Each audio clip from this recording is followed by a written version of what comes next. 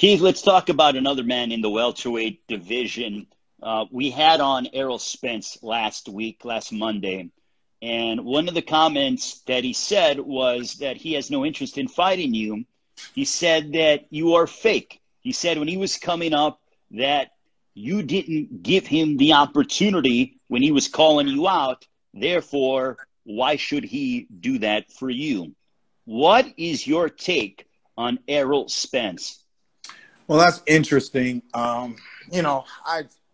Look, to me, it don't make that much sense. At the end of the day, I remember, am I supposed to argue the same thing? Floyd never gave me a chance. I got a chance with Manny after, almost 22 months of inactivity when I wanted to fight at 25 years old. You know what I'm saying? So, that happens. The only thing is he's in a power position, so he has the luxury to say whatever he wants out of his mouth and just stay true to it because he holds power by being the current unified champion in the welterweight division. And I respect that.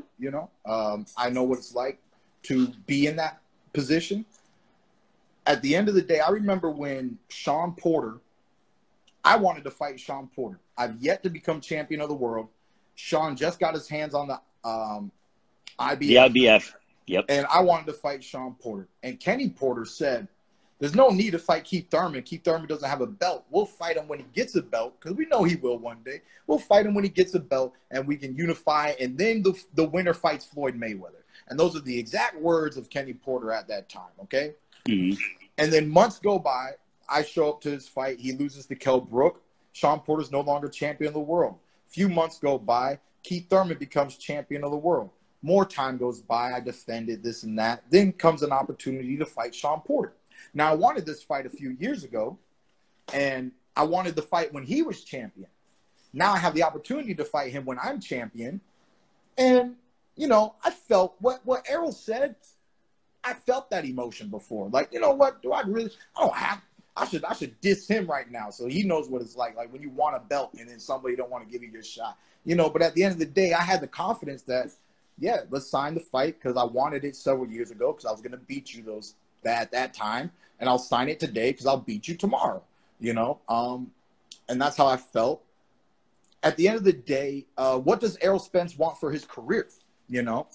I mean, he can say whatever he wants to say about Keith Thurman and fakeness, this and that, but there really aren't that many more great welterweight fights. There's no great welterweight matchups.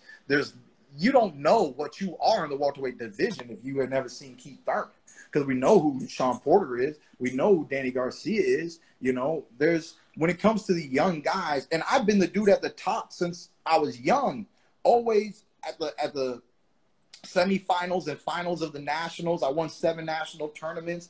I'm used to being at the top. I remember my first pro fight. I got paid $1,000. I used to tell people back in those days that, the reason why I was knocking everybody out is because they can't afford a fighter to beat Keith Thurman. How much money does it cost to beat Keith Thurman? Whatever the hell Pacquiao just made. Okay? That's how much money it costs to beat Keith Thurman. You can't just get the tough guy. You can't get the tough guy from some foreign country, Argentina, Mexico. What was it, that Zavit guy I fought coming up? Like, you bring people from all over the world. The Bundu, he was an Olympian. You know what I'm saying? Whatever you want. At the end of the day, I believe that, to this day, I still believe belt, no belt. Keith Thurman's the welterweight division. I bring those comments though? Fights. I make the best fights. Put Keith Thurman in the ring with your favorite fighter. He's going to make the best fight. But Keith, do those comments upset you? Do they aggravate you? Is it more in your mind just another prize fighter talking? The lack of somebody's understanding never really, I try not to let that get to me, because when you understand that they don't understand, then you can let it slide, And then another thing too, like I said, I live this, man. I know how hard I punch. I know how they respect me. When in retrospect, when I reflected on how much Manny Pacquiao kept his hands up in the fight, that's 100% respect from round one to round done. Manny Pacquiao doesn't fight people with his hands.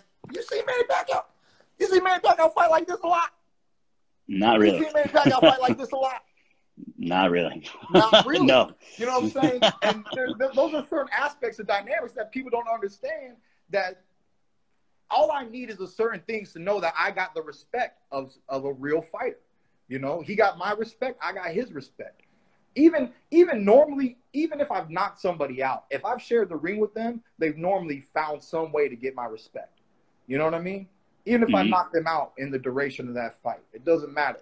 If I share the ring with you, most of the time, it's just a thing. And real fighters know that. Boxers, MMA fighters, people who's participated in those kind of sports, they all understand that emotion.